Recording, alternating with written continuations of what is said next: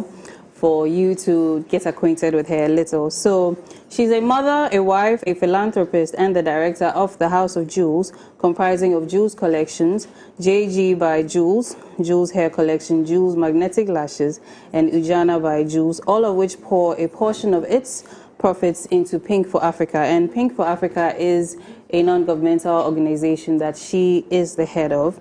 So to date, Pink for Africa has helped raise breast cancer awareness among approximately 852,000 women across, and we will be interacting with her about the advocacy. And later, maybe after when the phone-in starts, then we will have our Dr. Victoria Party Newman to also talk to us about the medical aspects as we started last week.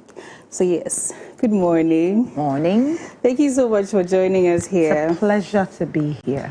Yes. So can you tell us a little bit about Pink for Africa before we begin? Dive into anything else. So Pink for Africa started 14 years ago. Okay. I went through my own personal journey with breast cancer. Okay. And through that journey, the thought of coming back home and being and get the propaganda going on in the different parts of Ghana to really continue to create more awareness. Okay. So I noticed you've been, I think even this week, you've been to Tamale, even Dodowa. How is it like, traveling through all these places in Accra, especially the remote areas? For me, it's very exciting because I was born and raised in Ghana, but I never thought of going to Tamale at all. So it's been really awesome traveling through. The good thing is that we have internal flights, so I can fly, go do what I have to do, and then between 14 to 99. We realize that because of the stigmas, if we get the attention of the younger people early, then we begin to remove the fears and what the stigmas are in terms of breast cancer or any type of cancer. So it allows us to be able to go. A lot of them have such amazing questions, you'll be blown away. And while we are in there, it gives us a chance as a woman, as an entrepreneur, as a mother, to also represent that, to give them that look of, yes, I'm a businesswoman, yes, I'm a mother, yes, I wear all these hats. And to encourage them to push beyond, and then we talk about health and how that affects your growth and how through taking care of yourself, you can achieve all your goals and all that good stuff. Okay. So let's quickly into the education. Can you tell us what's the main thing that's misunderstood about breast cancer? Well, one of the biggest things is, there's quite a bit, but one of the biggest things that I can just think off the top of my head is that if you cut off your breast, you will die. That because the early stages of breast cancer, there is no pain, there is no much signs, people tend to ignore it. And by the time they wait for the pain, it's too late. So being conditioned that it is, we know, especially in Africa, that if you have an existing pain, then of course there's something wrong. So trying to really tell a better and a clear story of, it is important that that is something you have to check. Early detection, teaching self-examination, all those things is key. So do you have the male audience as well? We do. Even though some of the schools, in the last 14 years, I cannot believe how big these schools have become. There were schools we used to educate 12 years ago was maybe 1,000 students. Now it's 4,000 students. So they don't have the facility to hold everybody in there. So we end up having to pull the girls, leaving the boys. But the goal is to be able to educate both men and women, because as I speak to you, there was a man that we donated to in Kolebu who has breast cancer. So, and he didn't want to talk about it. He didn't want to get on camera. He didn't want to say anything about it. And I'm hoping that in the next year or so, he will come around and share his story and encourage others. So do you think that because of the fact that it's about just 2% of men, according to WHO, that get breast cancer, maybe this man who is also a victim or a patient is also feeling stigmatized, and it's, in that Ghanaian, it's for women, women's disease that he has gotten. So could that be one of the reasons why he's not forthcoming? Absolutely. His biggest concern was that people will see him and laugh at him and ridicule and say things about him, and he wanted to protect that, and I respected that. What I reminded him though was that people donate to me. It's my face I'm using to bring to you. Yeah. So people need to know where their money is going. Yeah. So, you know, I let him understand that, and I said, I'll respect the privacy of what you wish, but remember that. And remember that because most men, you know, Beyonce's father had a double mastectomy. People don't realize. When you Google men with breast cancer, a whole lot comes up. Oh, okay. So, yes, the 2% is right, but we're seeing more and more in Ghana. Yeah. It's coming up. And younger people, women. Are getting this disease. The youngest in Ghana, I believe, was 12. 12. Oh, 12 years. That's very young. I don't even. Wow. Ali, that is so young. Okay, so as someone who goes out doing these outreaches and advocacy, what are some of the things you think can be done to improve it? I think we should definitely share more of our stories. Our people who are diagnosed need to come up like I did and share our stories to empower others to begin to remove that fear and that stigma. And it is a disease. It's something you have no control. You didn't do anything. You know, when God gave us the world, he gave us clean air, clean water, clean earth.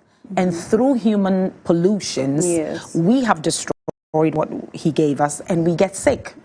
So it's important to understand, especially with what's going on with Galamsey and our body waters. It's just horrible. So these are all the things. We don't know 5 years from now, 10 years from now, what diseases could crop up with these rivers and what has happened to them. So we have to really be conscious of the choices we make. Okay, so does Pink for Africa engage in any screenings for women and things like that? So we don't do any screenings. We can partner up with the hospitals, but our focus is really based on education, supporting the hospitals with people who are diagnosed and cannot afford, and bringing prosthesis to them to make them feel good, and basically creating a support system where we have some level of support system. This year, I partnered up with some psychologists who we are looking to create a relationship with the patient and the psychologist for whatever they go through. They need to talk about it. And even who takes care of the caregiver. The person who's taking care of the patient sometimes goes through an emotional trauma as well. We will get into that. So aside the early detection and things, do you do any education on maybe the latter stages of the cancer, or just going through the whole thing, or it's the whole package? You know, the latter stages are so tough emotionally to get close to, because you know the person will go. And it is such a difficult journey that is why we focus so hard on early detection, because you know cancer is one of the most expensive diseases to cure. So when it's found early, there was a woman I ran into in Kumasi, Mampokwa, who was diagnosed before 40. She took off her breast, and she lived to be 89 before she died. And she didn't need chemo or radiation. They just removed the breast, took all the tumors out, and she survived. So, and I'm talking about maybe 50 years ago, this happened to her. So knowing that that existed then and all the advancement that has happened till today, it is so important to really drum early detection in our women and everybody, really. Okay. So what are some of the ways you would suggest we support breast cancer awareness in general, aside the non-governmental organizations in our society? Because I think over the years, the incidence of breast cancer keeps increasing. So how do you think, we can support such? You know, there is a particular strain of breast cancer that is predominant in West Africa. It's the triple negative breast cancer. And we still don't know where this disease is coming from. We don't know if it's in our food, if it's in our genetics, if it's in our water, we don't know. So I will say that the advocacy is great, but we need to push outside of Ghana. Majority of the people, outside of Accra, majority of the people live outside of Accra as well.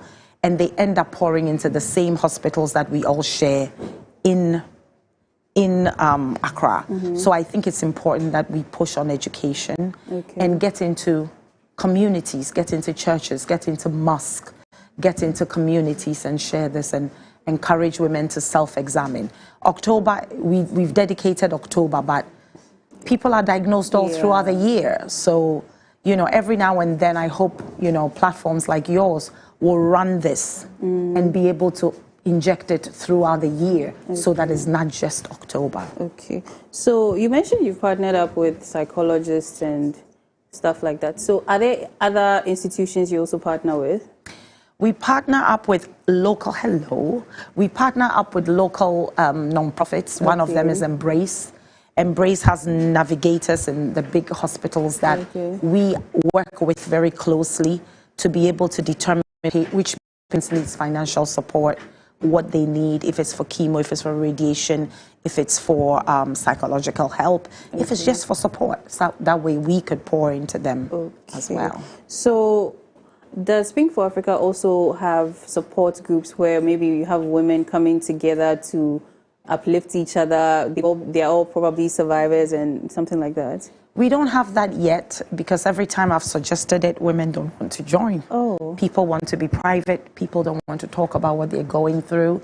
So I'll approach it again, but people like to talk to me one-on-one because of my personal experience. They want to. So I find I counsel a lot of people through WhatsApp. I counsel people from Jamaica, from Europe, everywhere. When they find me, I'm willing to talk and I'm willing to entertain them. Okay, so joining us here, we have Dr. Victoria Partey-Newman, and so the conversation is about to get even more educative and informative. So yes, don't forget to send in your comments, your questions to our WhatsApp number displayed on your screens, and of course onto our live stream on Facebook and on YouTube. Just look for Clock TV and you can send in all the questions, all your pressing questions about breast cancer.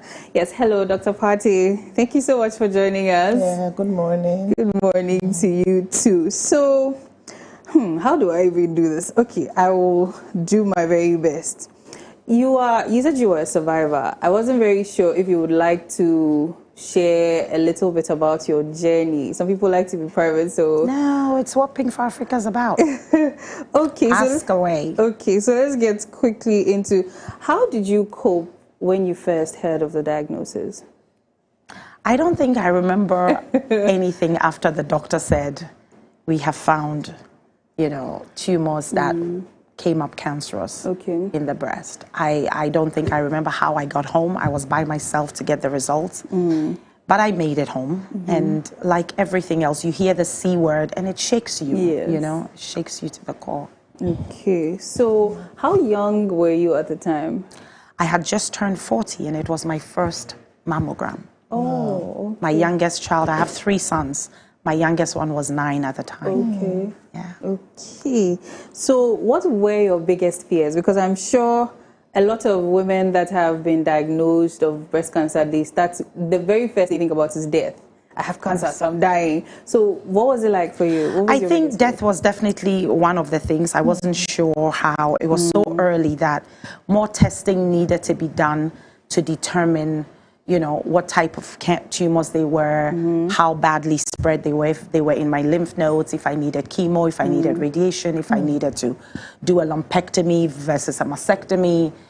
And so all of those questions kind of, what I tell people is, stop going to Google. Please listen to your doctors.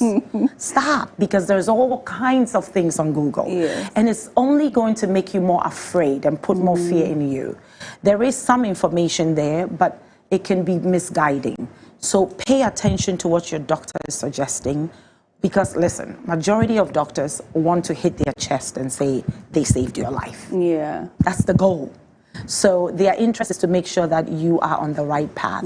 I seek the second opinion because the first doctor wanted to do a lumpectomy.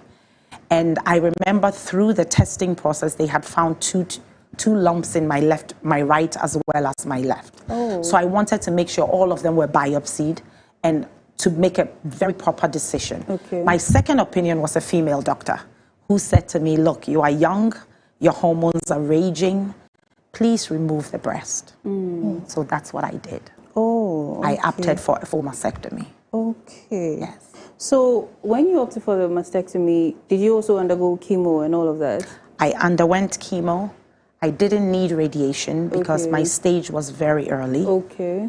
But I had the type of tumor I had always comes back, and when it comes back, sometimes they don't catch it in time. Okay. So the doctor suggested that I remove the breast and then do my chemo.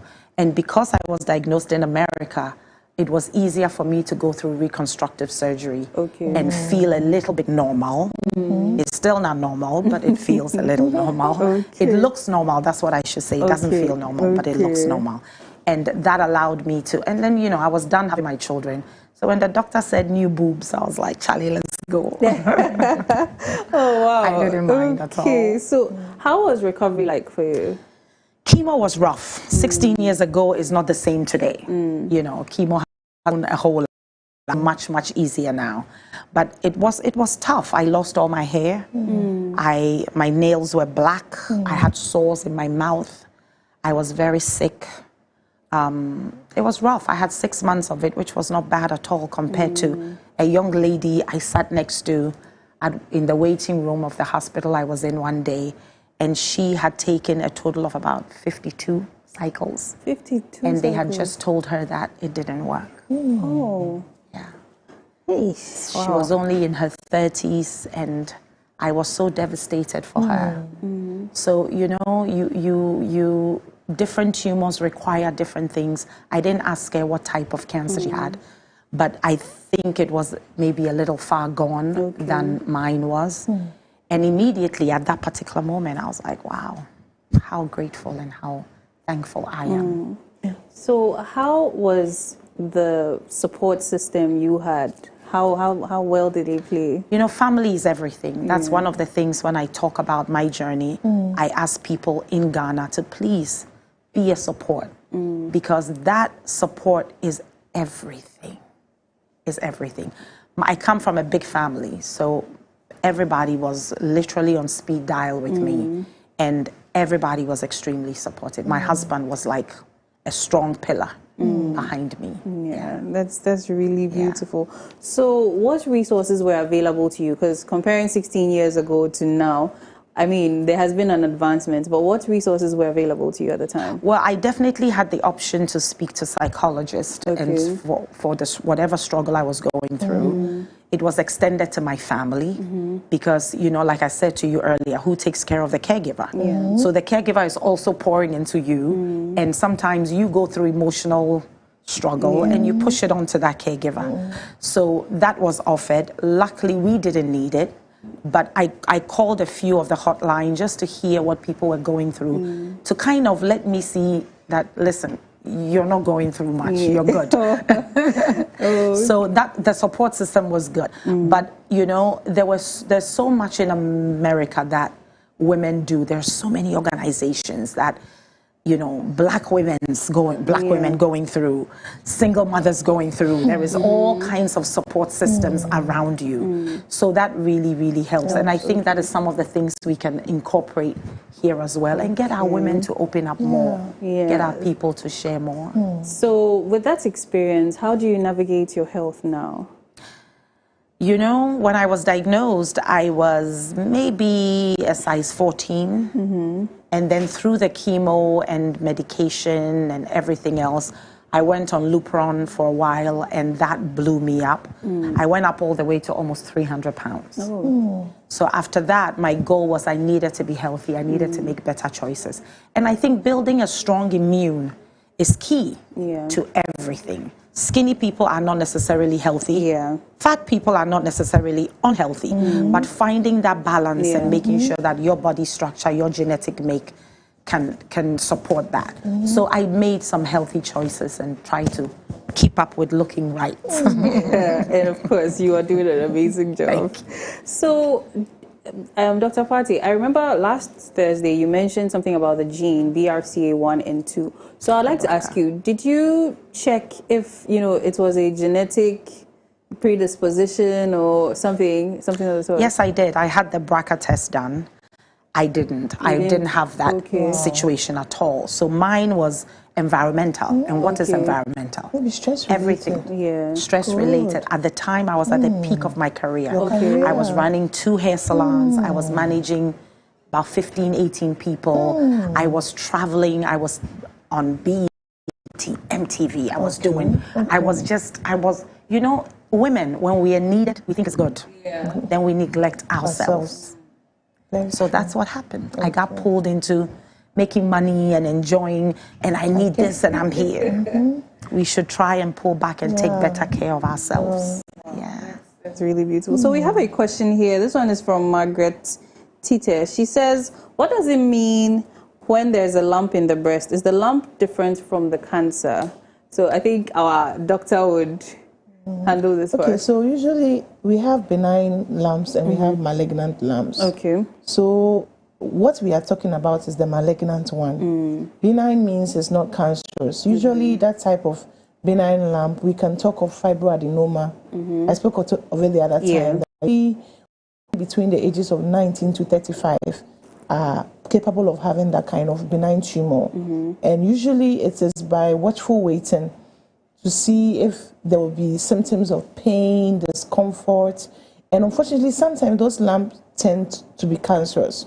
So based on, and no doctor or surgeon wishes to take off your breast or remove lumps. So usually they will decide to wait a while, they observe, repeat scans. If it's going bigger, if you are feeling uncomfortable, if you feel, and sometimes based on the patient's discretion, some patients will say, once this thing is in me, I am not comfortable, take it out. Right. With that one, we listen. Okay. So mostly watchful waiting, conservative treatment, and then finally we have a lumpectomy for the fibroadenoma. Okay. So what we are talking about now is the malignant one. Yeah. So I don't know if I've answered this question. So the person also asks, if there's a lump in the breast, is it likely to have cancer? So that's when the tests are done to be able to check. Yeah, so then if it's malignant. When you do the mammogram, it's picked.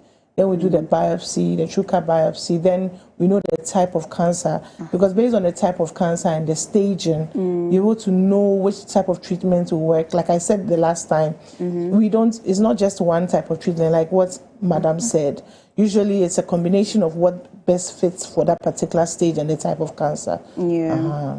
Okay, so we have more questions. Hey, goodness. Okay, so I think this one is for Pink for Africa. Says, well, we've answered some of these questions. I think the person didn't start with the show, so I may just ask again. So, how did Pink for Africa come about, and how long has it been operating? It's been about 14 years. It's been about 14 years. Yes. And then, what does Pink for Africa do, and what have they done this year? So this year we are going to be donating a total of 150 prosthetics. We just came back from Tamale and Bolga. We've been educating through the schools, through the churches, through the mosque. And we just donated a few days ago to Kolebu. We did 35,000 CDs to a few patients to help them along the way. And we also donated 50 prosthetics there. Okay. So about the prosthetics, how is the general reaction to the silicone boobs?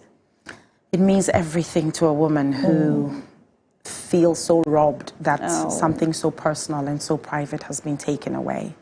And I cannot relate because I had reconstruction. Okay. I can only relate that when I see them and meet them, the joy it brings to them, that it's very expensive. In Ghana, it's about $200. So for us to be able to give, we've donated so far a little over 500. Okay. So for us to be able to give this to this woman and bless her with it means everything. Wow, I tell them beautiful. Right now you're back on the road, so be careful. So it's really heartwarming to see them. Okay, so there's another. Yeah, I think this question has been answered. Do you work with other hospitals to provide screening for women? Most of the hospitals that I know, and Doc, you can even agree to this, usually run for the month of October free screening. Most of them do. So what we do is we go around and pick all their flyers and we post it on our platforms consistently. Yeah. Then also the next question is, does Pink for Africa generate funds to help women in need with breast cancer? We've donated over $300,000 so far. Wow. And we will be continuing. Over the 14 years. Yeah, wow. Okay, so the last one is, what can people do to also support Pink for Africa? We're running a huge campaign, and it is donate 10 CDs and tell 10 people. And we will put the Momo number under the program for you so that people can go and donate. They can also go to www.pinkforafrica.org, and the information is there, and you can donate. In America, people are donating $5 and telling 5 people. Okay. Wow. So, no, this question will not vanish. Yes, so with Pink for Africa, do you have headquarters in Ghana and things like that? So we don't, because our goal is to take 100% of the donation and give it to the patient. So we don't want to incur any bills. So we are a small machine that runs a big ship. Oh, wow. Okay, that was really, really amazing. So now, back to our doctor. We're continuing our conversation from last Thursday. I think we reached, where did we get to? Yes, we got to the stages also. But you mentioned that there seems to be a certain type of cancer that is predominant or prevalent here in West Africa. Yes. So if you can speak to that. She said something negative. Yeah, so I think I talked about it the other time. A little. I said triple negative cancer usually is a type of cancer that has not some type of receptors. There are estrogen receptors, the progesterone receptors, and then we have something we call the HER2 receptor. Yeah. That's the human epidermal growth factor receptor. Usually, those are the receptors that help with the kind of treatment you use per the kind of cancer cell. So usually what happens is when they run the test and those receptors aren't there, we realize that, okay, so this is a kind of, we call it triple negative therapy. Right. So with that one, it's very common in West Africa, like she said. It's very aggressive too. Yes, sadly. Very, very aggressive. So we use some medication. I think we call it trastuzumab or something like that. Enhertu, ENHERTU. Okay. Yeah. So usually what it does is that it kind of reduces the size of the cancer, and then it's usually, and it's also very, very effective. Like once that triple negative cancer is diagnosed and you hit hard with the chemotherapy, with the medication, that is how come she's like, it's prognosis is good. Yes. Prognosis is good. Okay. So aside the triple negative, which other ones are also there?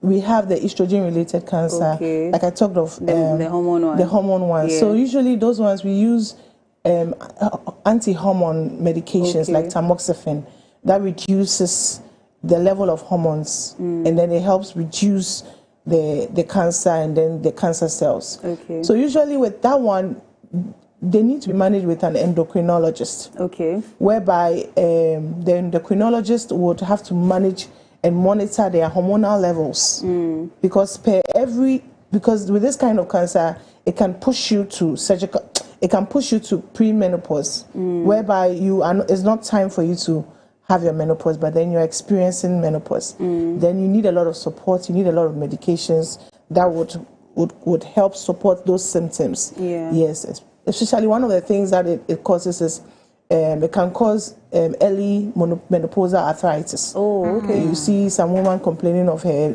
knee and all that, hot flashes and being mood swings, irritable, coupled with the treatment of the cancer as well. So it's a whole, it's not something that can be managed by one doctor. We have the psychologist, the endocrinologist, we have the surgeon, we have the oncologist. All coming together. Okay. So is it that, let's say, with her issue, it was more stress-related or environmental? Could it be that maybe the triple negative types are not hormonal? Is there any distinction like that, or it can just mix, match, and happen? I don't understand the question. So you see, hers was not because of the genetic predisposition or hormonal. It was environmental. Yes. Yes, it was mostly based on the stimulus lifestyle around or something. Environmental. So with something like that, can we say that, or is there a possibility that maybe what she had was not necessarily going to be the type that would be the triple negative type, or something of the sort? It could be any. It could be, okay, so any can happen, whether hormonal, it could be triple negative. Okay. Yeah, it could be any. So, yes, what is the difference between the mastectomy and the lumpectomy? Okay, so in science, when we say mast, it's breast. Yeah. So we have mastitis, that's inflammation of the breast. So if we have mastectomy, ectomy is removal. Okay. So mastectomy is the removal of the breast.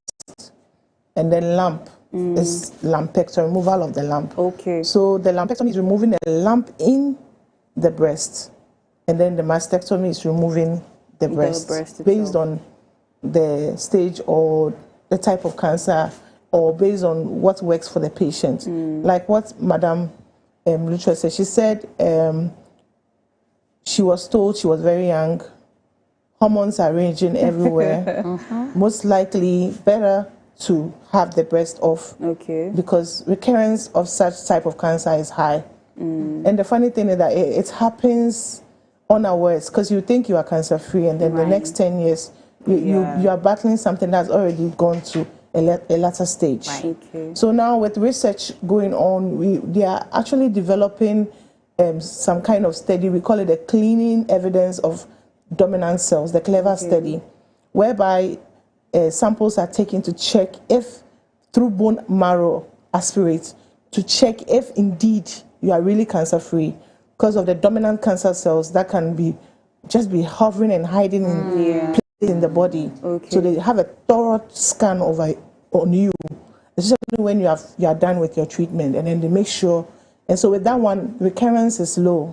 That's where they've gotten to now. Okay, that's amazing. So with your double mastectomy, did you have issues with the whole lymph node? Because I didn't do a double. I did a single mastectomy. Yes. So did you have, with that, did you still have issues with the lymph node? Yeah, they went into my lymph node. Okay.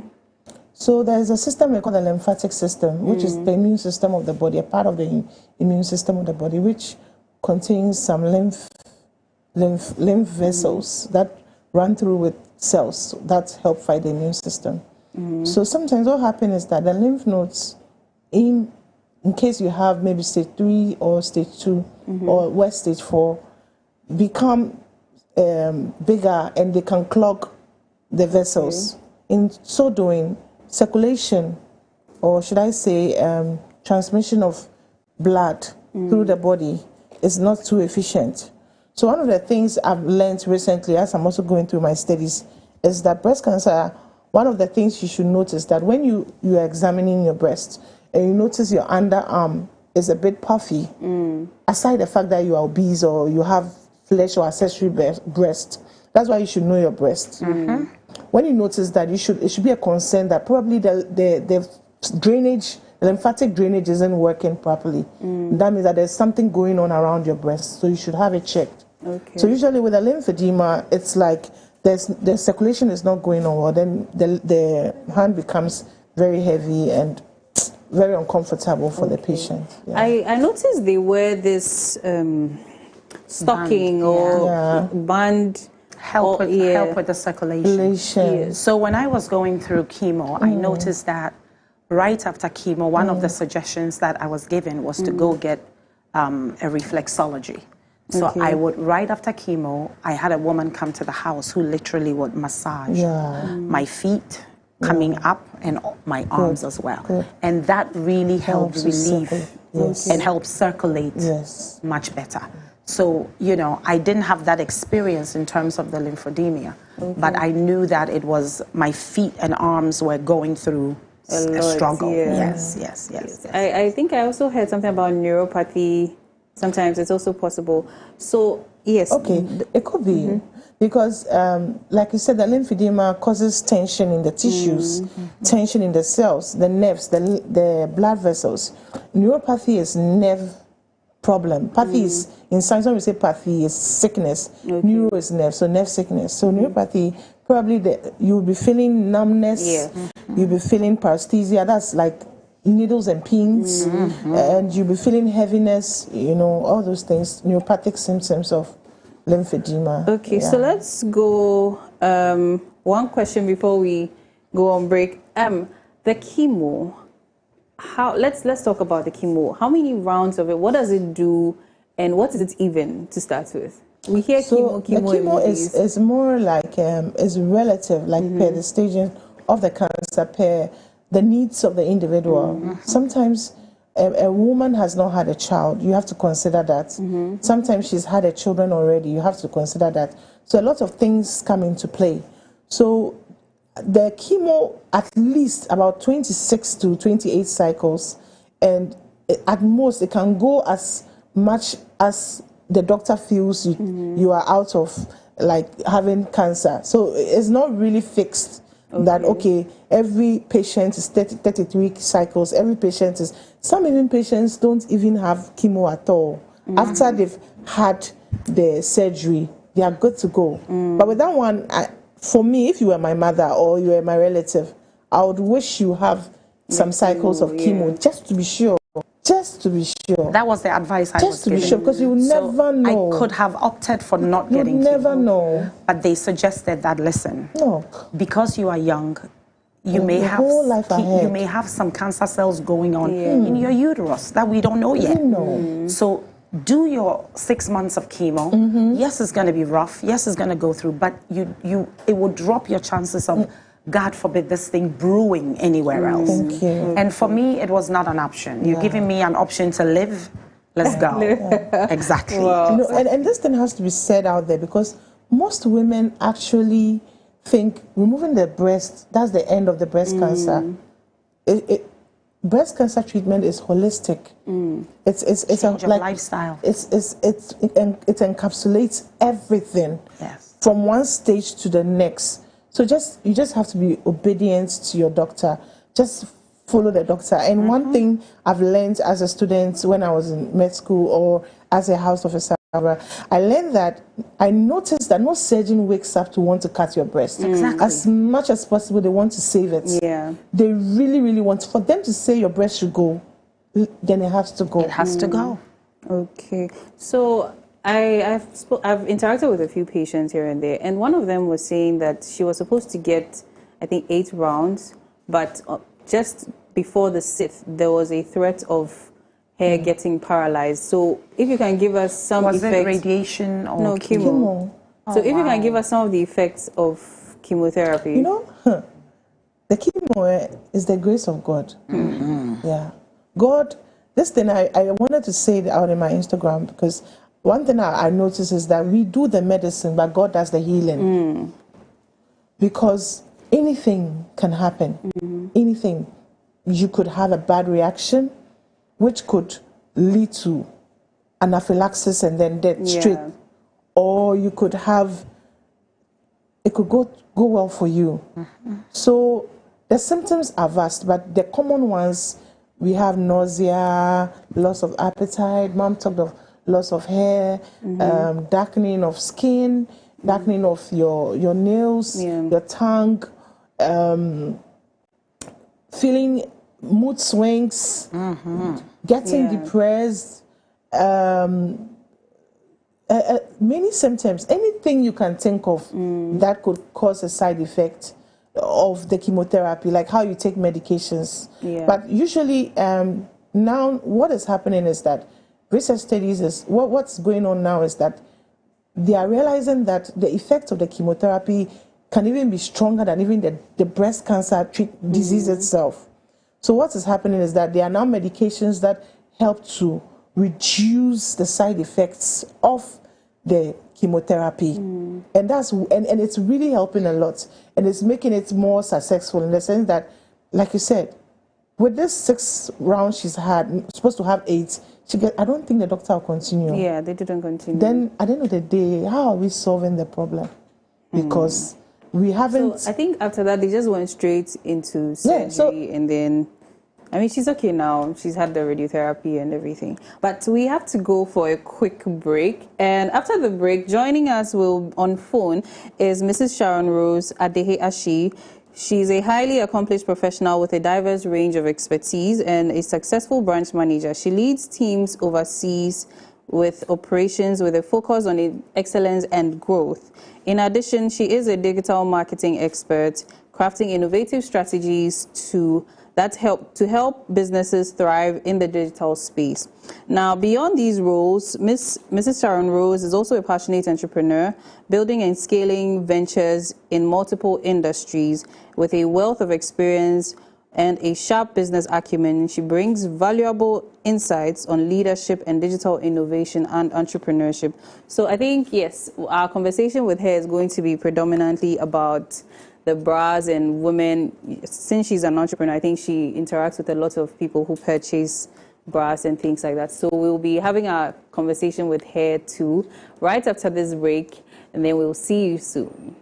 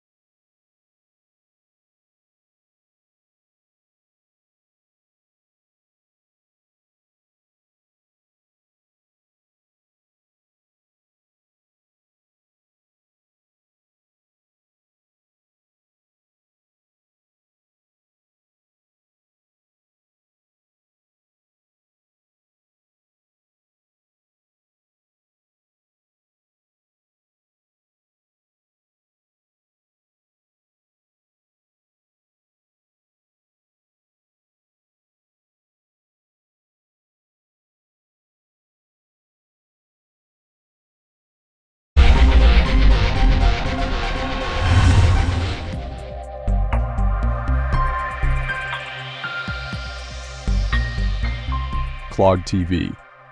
Beyond the policy.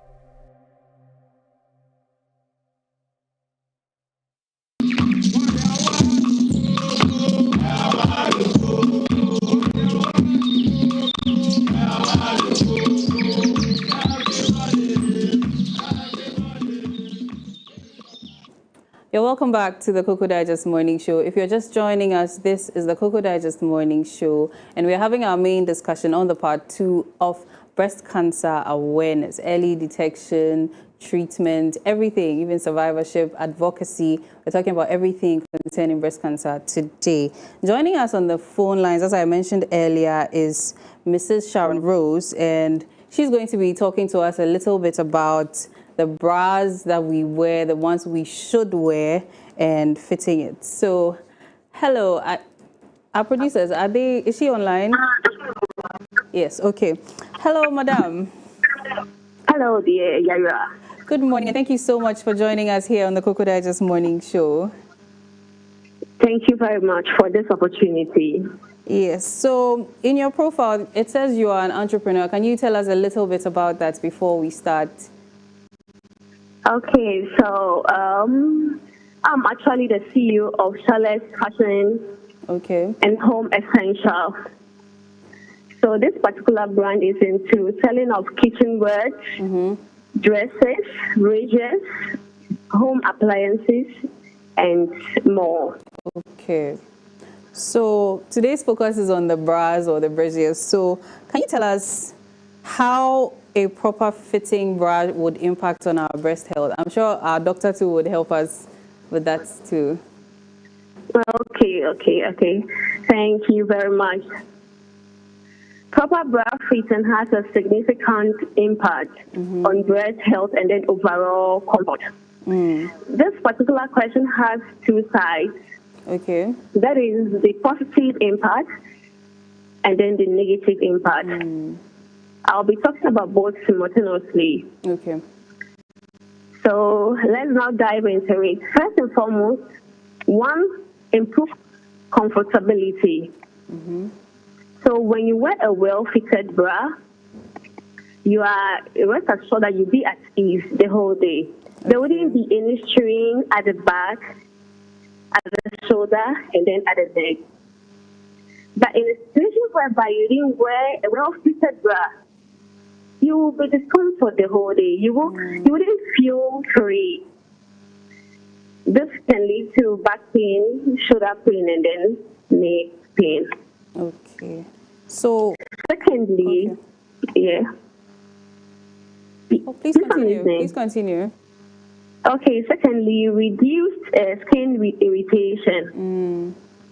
So when you wear a well-fitted bra, it is believed that at the end of the day, there wouldn't be any moisture build up around your breast region. If you don't wear a well-fitted bra, a moisture will be built around that region, leading to rashes, itches, and then a whole lot. Even at your strap line, you get redness, and then at the end of the day, irritation. Okay. I have a question for the moisture. With the climate here in Africa, are we not already prone to sweating under our clothes? So how do you differentiate between the sweat or the moisture around your breast being a result of a non-fitting bra versus the weather? Okay. Thank you for the question. Okay. So we have different types of bra. Okay. That is, there is one that is breathable, that is made up of natural cotton. So when you wear this particular one, it wouldn't, it's opaque. Okay. Air can easily pass through, and then you'll be at ease. But then in a situation whereby you go in for something that is too tight and at the same time opaque, you will suffer. Sweat will definitely be there. Okay. Thank you very much. So can you share a little, okay, we have some images of bras being displayed, but can you share some ways that an ill-fitting bra can increase the risk of breast cancer? Okay, so this particular question, we have our doc there. Yeah. There is no scientific evidence proving that there is a correlation between an ill-fitted bra and the breast cancer. Mm-hmm. What I know is that what you get at the end of the day is the rashes, the redness, and then if this goes on in the long run, you will, suffer breast cancer. But right now, emphatically, I don't have the answer if there is any correlation. Okay. Hi, Doc, please, can you help us? Yes. So, ill-fitting, no scientific. Okay. You wear tight-fitting bra or something uncomfortable, it will lead to breast cancer. But just being comfortable in the sense that you feel relaxed and your body, your skin in good shape because there's no irritation.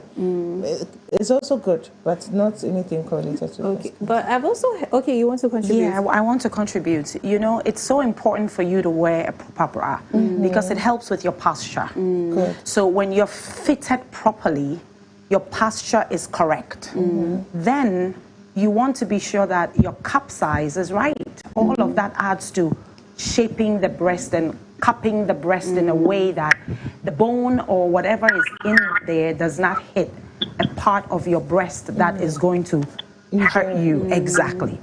So, and also for me, I don't wear a wire anymore.